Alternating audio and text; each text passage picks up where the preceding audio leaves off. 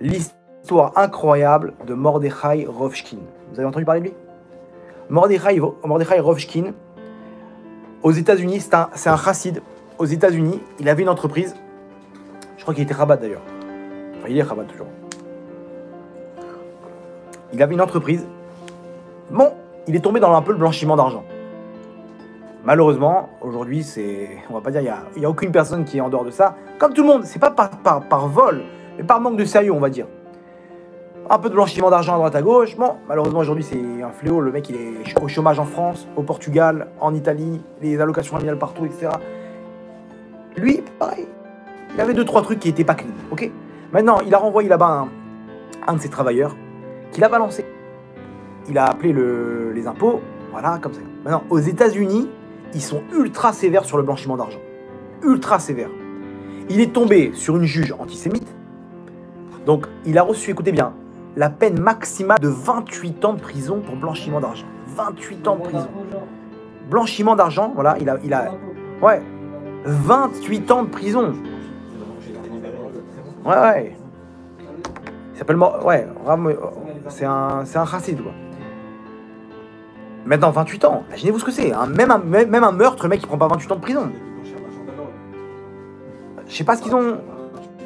Non, il est tombé sur... C'est connu, cette histoire, c'était vraiment une injustice. Et là-bas, ça fait le tollé. Il est tombé sur une juge antisémite. Bref, bon, on va pas rentrer dans l'affaire, ok? Sûrement qu'ils ont dû lui coller d'autres dossiers, etc. En tout cas... Il se retrouve en tôle. 1 an, 2 ans, 3 ans, 4 ans, 5 ans, 8 ans de prison. Mais dans tous les ans, il fait une demande de grâce présidentielle. Alors, il y a une loi aux États-Unis qu'on ne peut pas faire cette demande-là. Vous savez, c'est quoi la grâce présidentielle? À la fin de l'année, en décembre, comme ça, pour les fêtes de fin d'année, le président des États-Unis, il gracie des prisonniers. Il les libère avant leur truc. Donc, il a une liste de prisonniers et il les libère. Oui ou non? Il décide. Maintenant, tous les ans, il fait une demande. Tous les ans, pendant 8 ans, c'était qui? Obama. Pendant 8 ans, refusé. Il ne peut pas faire cette demande plus de 9 fois. C'est-à-dire qu'il lui reste combien de fois? Un dernier joker. Maintenant, c'est qui est rentré là-bas, à la présidentielle? Notre ami Donald Trump. Donc là, maintenant, Donald Trump, c'est un ami d'Israël, c'est un ami des Juifs, sa fille est juive. Peut-être qu'il va être clément. Surtout que ça y est, il a 8 ans, c'est pas... ça va. C'est pas comme si après 6 mois, il demande d'être libéré. Avant de envoyer la demande, il va demander quand même au rabbinim. Il envoie la demande à Rabbi David Abu Khatsera et à Rav Kanievski. Les deux, ils lui disent Chovat ha'ishtadlut, t'es obligé de faire l'ishtadlut, l'effort. Bracha ve'atzlacha. Il rédige la demande, il envoie la demande. Arrivé à Hanouka, le premier jour de Hanouka, il y a un mec qui vient à sa cellule, il envoie une lettre. Tiens, t'as une lettre de la Maison Blanche. Maintenant, soit ça passe, soit il a encore 20 ans de prison. Il ouvre la lettre et il voit un tampon rouge négatif. Refusé.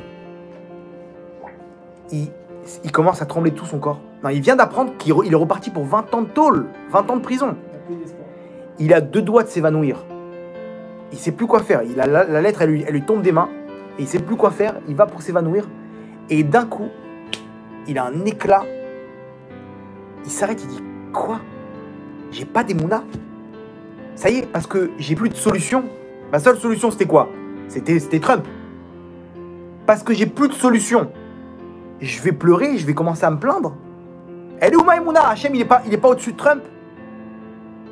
Il s'est rappelé d'une chose. Il y a une dracha du Chosé Miloublin. Le Chosé Miloublin, il dit sur le pasouk Ashlech al Hashem Ya'afra ou Yechal Kelecha. Envoie ton poids à Hashem et lui il te nourrira. Le Chosé Miloublin ne dit pas Yechal Kelecha, il te nourrira. Mais Yechal Kelecha, le Lachon, il faut dire Lachon Keli. Keli, c'est quoi? C'est un réceptacle. Si tu envoies ton poids à Hashem, quand il n'y a plus de solution, lui il va te trouver le réceptacle pour t'envoyer la bracha. Lui va te donner la solution. Lui va t'envoyer le scénario. Il s'est rappelé de ça, il s'est dit, Baruch Hashem, avant quand je priais Hashem et j'espérais en Trump. J'espérais en la Maison Blanche, en Obama, au directeur de prison, etc., etc. J'étais pas à 100% avec Hachem. Maintenant, j'ai la possibilité d'avoir une émouna 100% avec Hachem. Il a commencé à danser dans la prison et à chanter Hachem et à dire merci pour son épreuve. C'est du Tov Hachem, ça, netto. Ok. Entre parenthèses, la série de cours Tov Hachem qu'on a fait, si vous voulez voir là-bas, on explique bien comment ça marche la Dvekut Hachem, tout le scénario, tout le fonctionnement. Comment y arriver. Maintenant, il commence à danser, il commence à chanter Hachem et il en a fait des tfilotes. Il commence à faire une prière la plus pure qu'il ait jamais fait de sa vie, parce que maintenant c'est une prière qui dépend de rien. Elle dépend que toi, Hachem. Hachem, c'est toi le maître du monde. Tu es au-dessus de toute cette terre. Il a commencé à penser à la grandeur d'Hachem. Vous vous rendez compte que l'infini qu'on a dans l'univers, c'est même pas qu'une sphira qui est la malchoute du Olam Asiya. Imaginez-vous, il y a 10 sphirotes. Olam Asiya, Yetzira, Bria, Atzilut. Il y a Israël, Saba, Utvuna, Abba Veima, Arich, Atik, Adam Kadmon, Adam Stima, infini. Et tout ça, c'est qu'une lueur de la présence d'Hachem. On n'est même pas Hachem, De quoi on parle? Tu compares Trump à ça? Tu compares le directeur de prison? Il est en train de se dire maintenant ce qu'il nous dit l'Ochem Akadosh. Ani Hachem Elokechem, n'oubliez pas, c'est moi Hachem ton Dieu. Celui qui a créé tout ce monde-là, c'est moi. Je suis avec toi. N'aie pas peur. Il s'est rentré Hachem en lui. Écoutez bien la suite. Maintenant, Hachem, il rentre en jeu. Tous les ans, Trump, à la fin de l'année, il reçoit, enfin le président des États-Unis, il reçoit une clinique d'enfants, malheureusement, qu'ils ont des gros traitements et qu'il leur reste plus beaucoup de temps à vivre. Ils ont des cancers très importants. Donc, ils ont un truc, tous les ans, il y a une clinique d'enfants de ces maladies-là, qui est invitée à la Maison Blanche, et là-bas, ils font un vœu au président des États-Unis. Ça leur donne de l'espoir, et il y en a, ça les sauve, parce qu'ils ont de l'espoir, ça leur donne de la joie, etc. Là-bas, cette année, c'était une clinique des États-Unis. Là-bas, il y avait un petit enfant juif de 7 ans. Lui, il devait partir là-bas, il était une quinzaine d'enfants à partir. Juste avant de partir, le médecin, il dit non, les résultats des examens, ils sont catastrophiques, tu peux pas partir, tu restes avec nous. Il commence à fondre en larmes, et il pleure, et il dit, mais qui va donner ma demande? Il y a une infirmière là-bas, elle a eu de la peine, elle a dit, moi je vais donner ta demande au président. Ils arrivent là-bas devant le président, il reçoit les lettres des enfants, il leur donne des bonbons, des gâteaux, il leur fait une fête, etc. Super. Tout le monde donne sa lettre, et l'infirmière, elle dit, Mr. President, je peux vous donner une lettre d'un enfant qui n'a pas pu venir? Avec plaisir. Il prend la lettre. Juste après, il se retrouve dans son bureau là-bas, ovale, et il ouvre les demandes. Et il tombe sur la demande de ce petit juif, ce jeune enfant juif de 7 ans. Et là-bas, il lui dit comme ça, en ces mots-là. Monsieur le Président, il y a un juif qui s'appelle Mordechai Rovshin, qui est en prison depuis 8 ans maintenant. Moi, les médecins, ils disent que je pourrais peut-être jamais fonder une famille. Mais lui, il a une femme et 6 enfants qui l'attendent. Je vous en supplie, libérez-le. Trump, ses yeux, ils commencent à se remplir de larmes.